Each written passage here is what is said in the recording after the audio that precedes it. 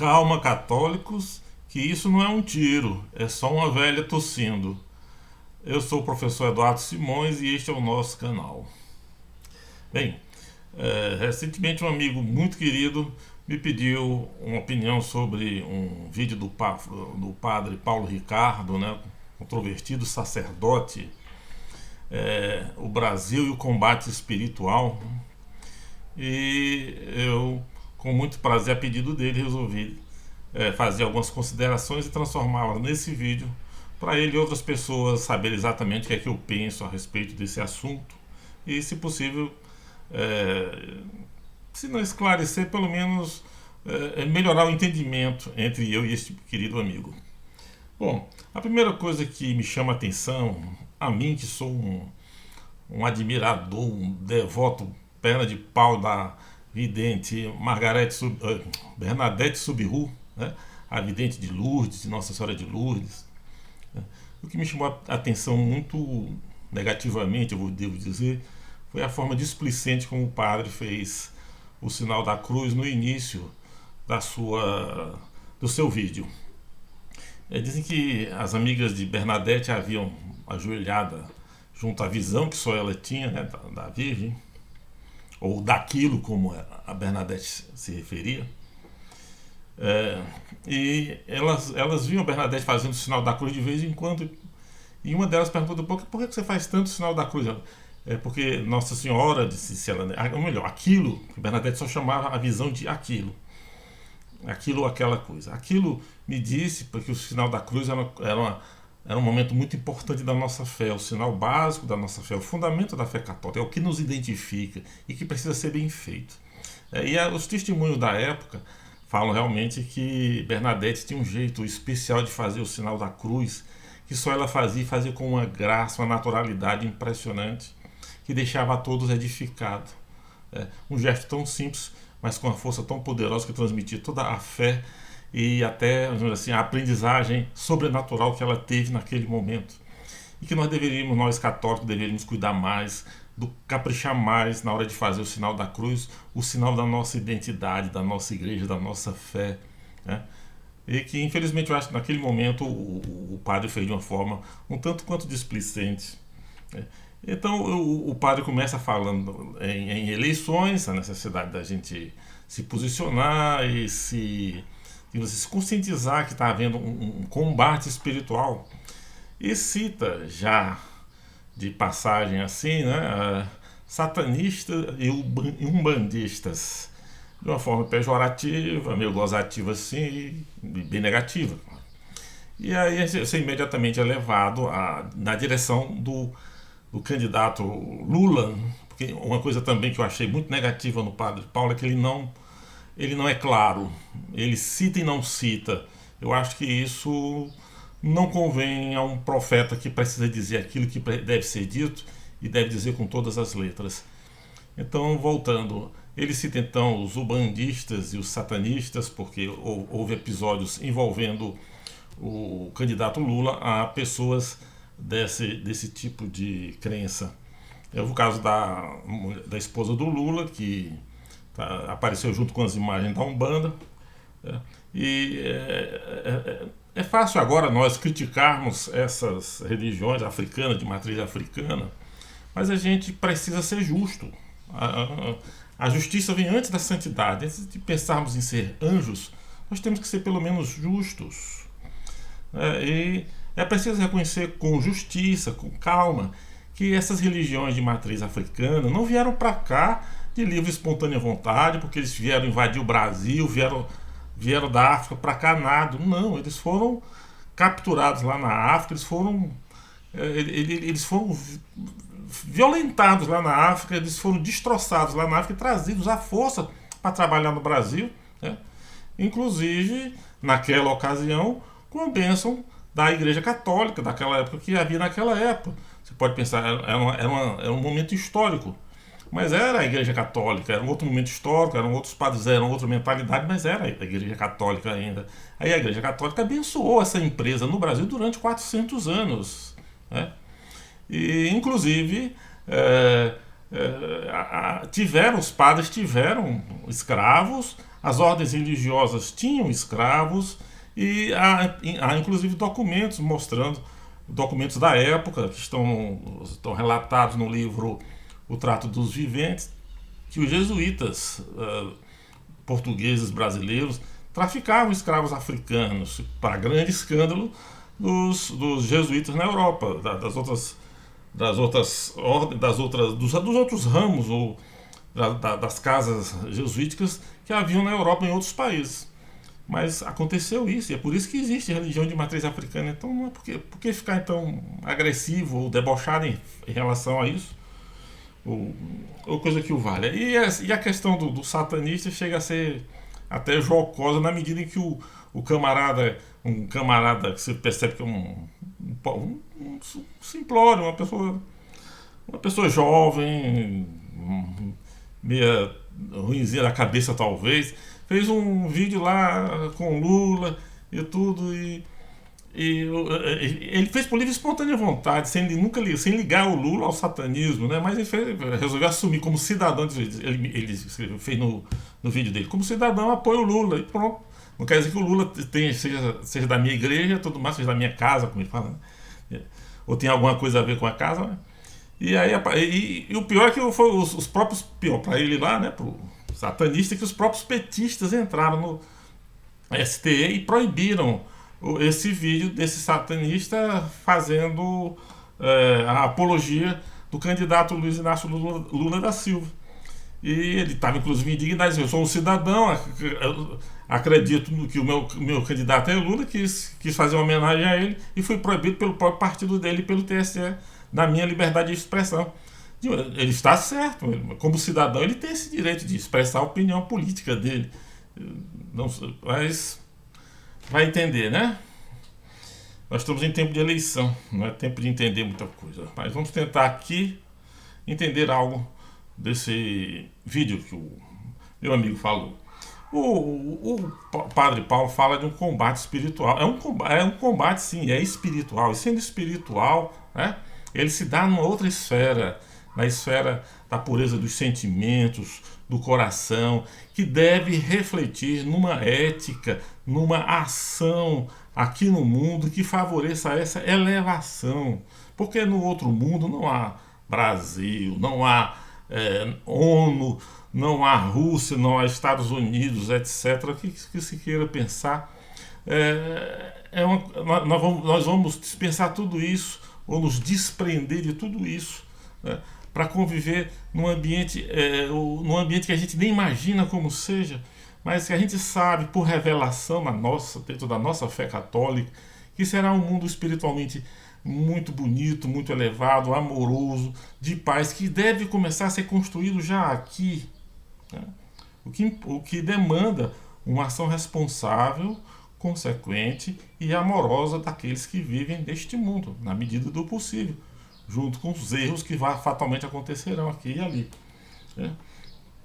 Então ele fala também de padres e bispos que não acreditam, faz uma crítica ao conjunto da igreja que não pensa como ele, e que pode até realmente estar errado, mas quem vai julgar isso no final dos tempos ou no momento da morte de cada um é Deus, não é o Padre Paulo Ricardo. Acho que ficou feio, a meu ver, muito feio, ele fazer críticas, inclusive a bispos que estão acima dele. Quer dizer, é o contra Davi, como dizer assim, né? A contraparte de Davi, ou o oposto de Davi, o negativo.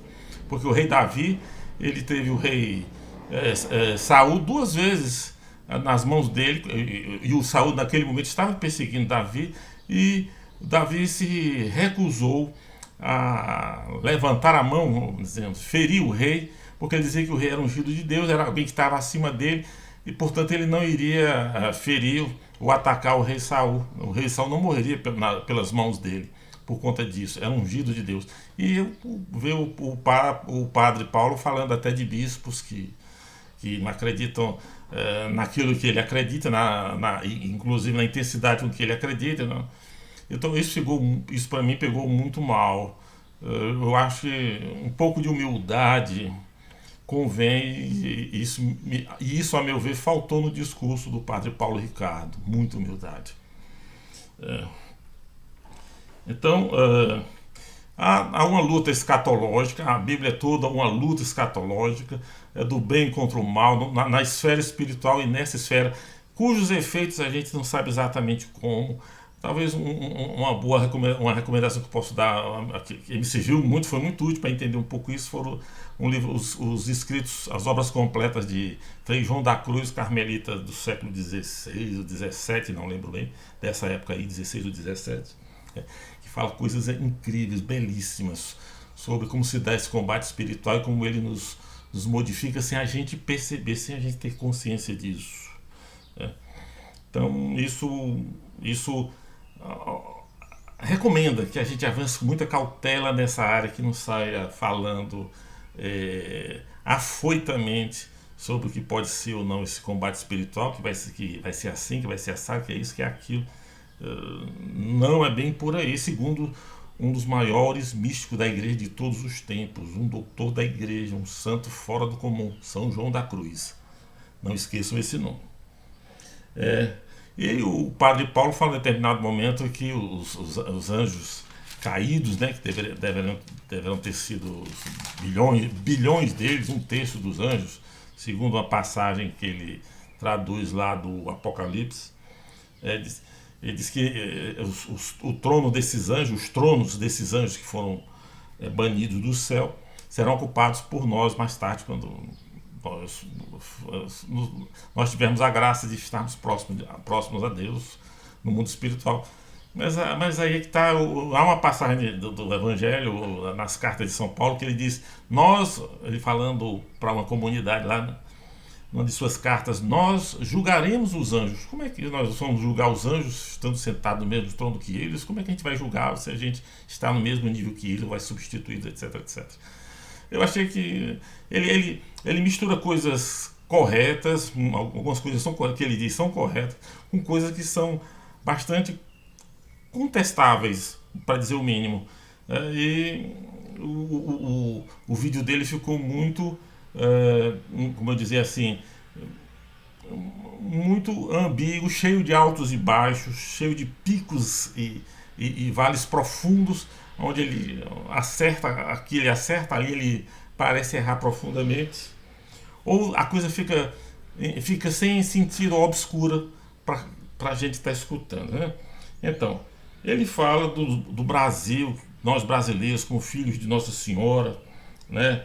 E exalta Nossa Senhora com toda razão. Nossa Senhora realmente o máximo, né, em termos de vida espiritual, de indicativo, de critério de santidade, de salvação. Nossa Senhora sem nenhum comentário. Não há ninguém que possa, você quer chegar aos pés dela para poder fazer algum reparo à ação dela.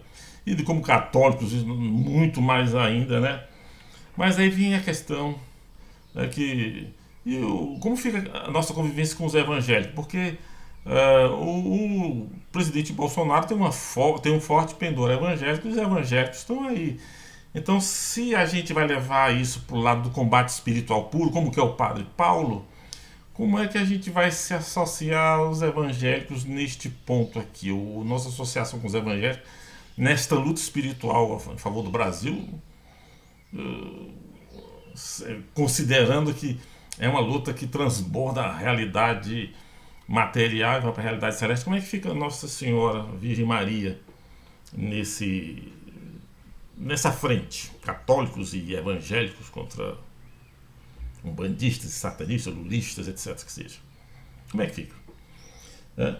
Então,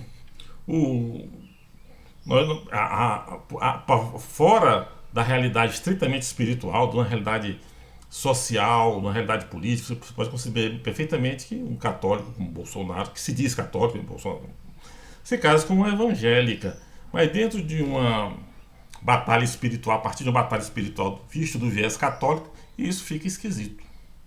Mas como é que é? O padre Paulo também critica a China, mas o Brasil está aliado à China no BRICS e muitas vezes vota com a China a favor da Rússia, que está fazendo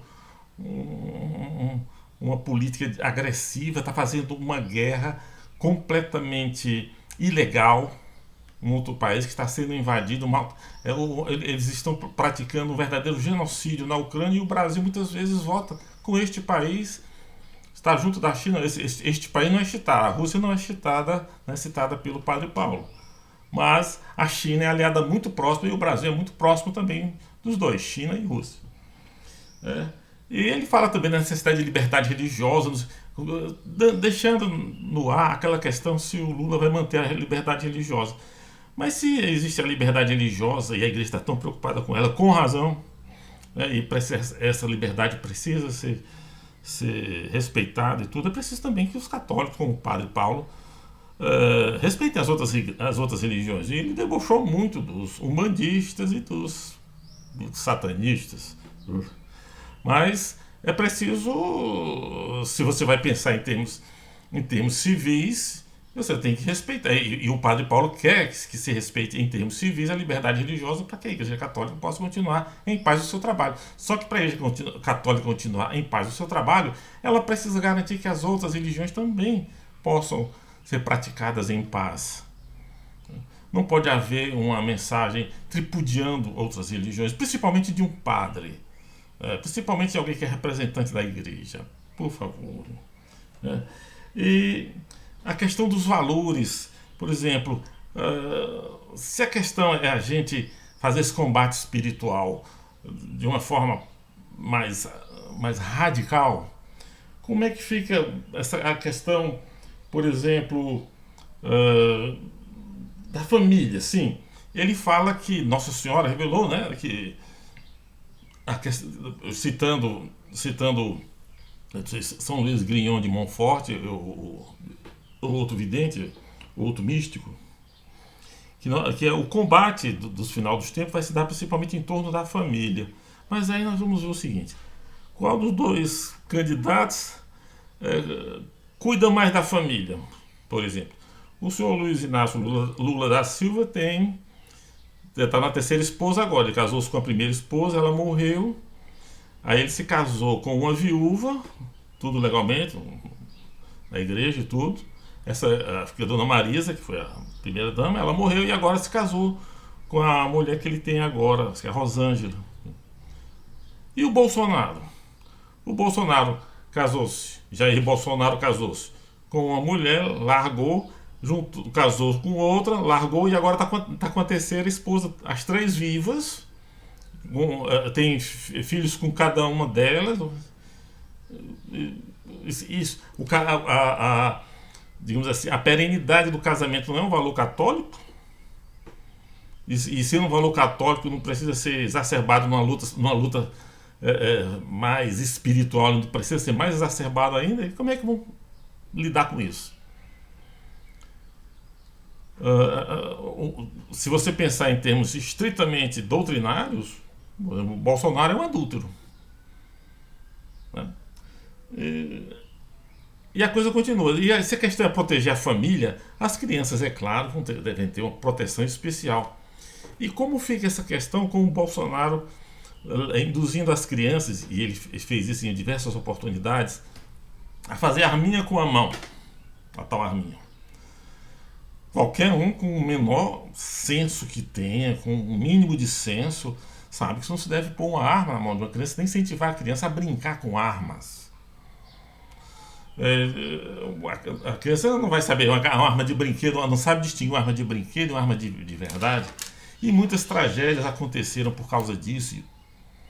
E ele estimula as crianças, os meninos, a fazer aquele jogo de arminha. A gente sabe que essa arminha dele é arma de verdade, que ele quer de verdade mesmo. Aí ele coloca, né, na ponta ou no cano de uma arma a solução para os problemas do Brasil. Então, como é que fica isso se a família é o principal esteio, é a principal muralha de defesa da criança? E essa família agora vai ser saturada de armas, de munição. As crianças são estimuladas publicamente a curtir a arminha, a curtir a arma que os seus pais também usam, os pais também fazem o gesto e tudo. A impressão que fica depois desse vídeo extremamente confuso do Padre Paulo é que Quem quer que pretenda continuar votando em Bolsonaro, é melhor não assistir mais o Padre Paulo, não. Caso contrário, pode mudar até o voto. Muito obrigado.